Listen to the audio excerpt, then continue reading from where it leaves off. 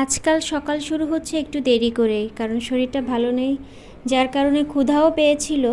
আর উঠে সেই জন্য আলু ভর্তা আর পেঁপে ভর্তা দিয়ে দিলাম। কি করার আছে বলুন, এই ছাড়া একা মানুষের তো আসলে খুব একটা বেশি কাজ করার থাকেও না বা থাকতে পারেও না। মানে যে একা থাকে তার আসলে নিজের জন্য শরীর অসুস্থ হলে অনেক বেশি কষ্ট হয়। আসসালামু আলাইকুম, শখের টুকিটাকির আজকের ছোট্ট একটি মিনি ব্লগে সকলকে স্বাগতম। সবাই কেমন আছেন?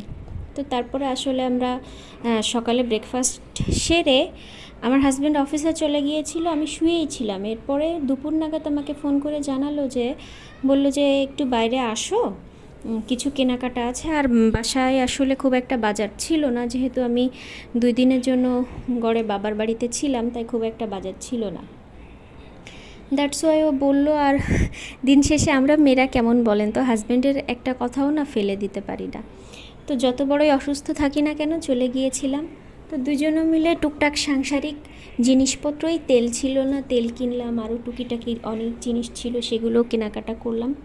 তো আচ্ছা, কেনাকাটার পথে মানে আসার সময় আবার মনে পড়লো যে মাছের দরকার আছে, তারপর আবার চলে গিয়েছিলাম।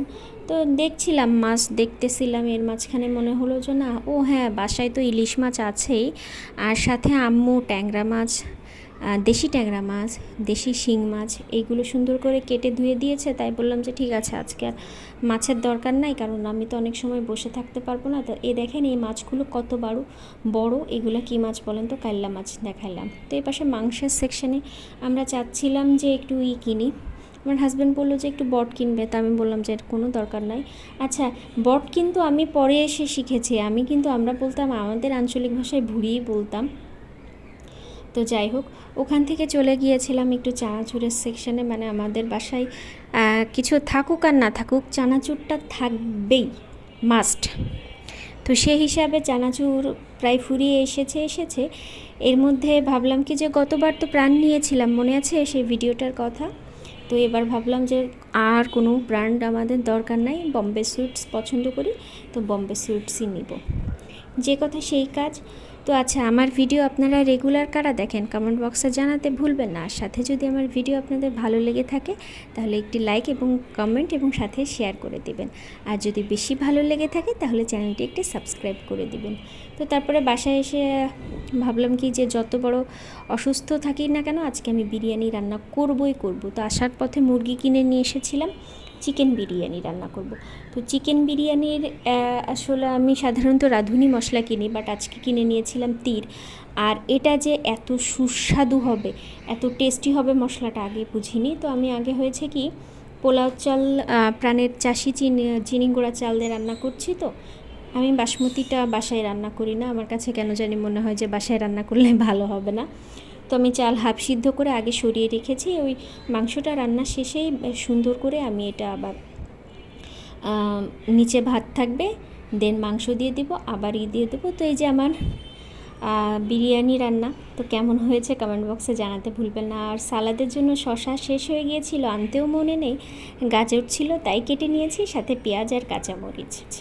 আর এসব কিছুর মাঝখানে এই যে বিক্রমের তো মিষ্টি থাকেই, মিষ্টি বলতে ওটাতে দই ছিল।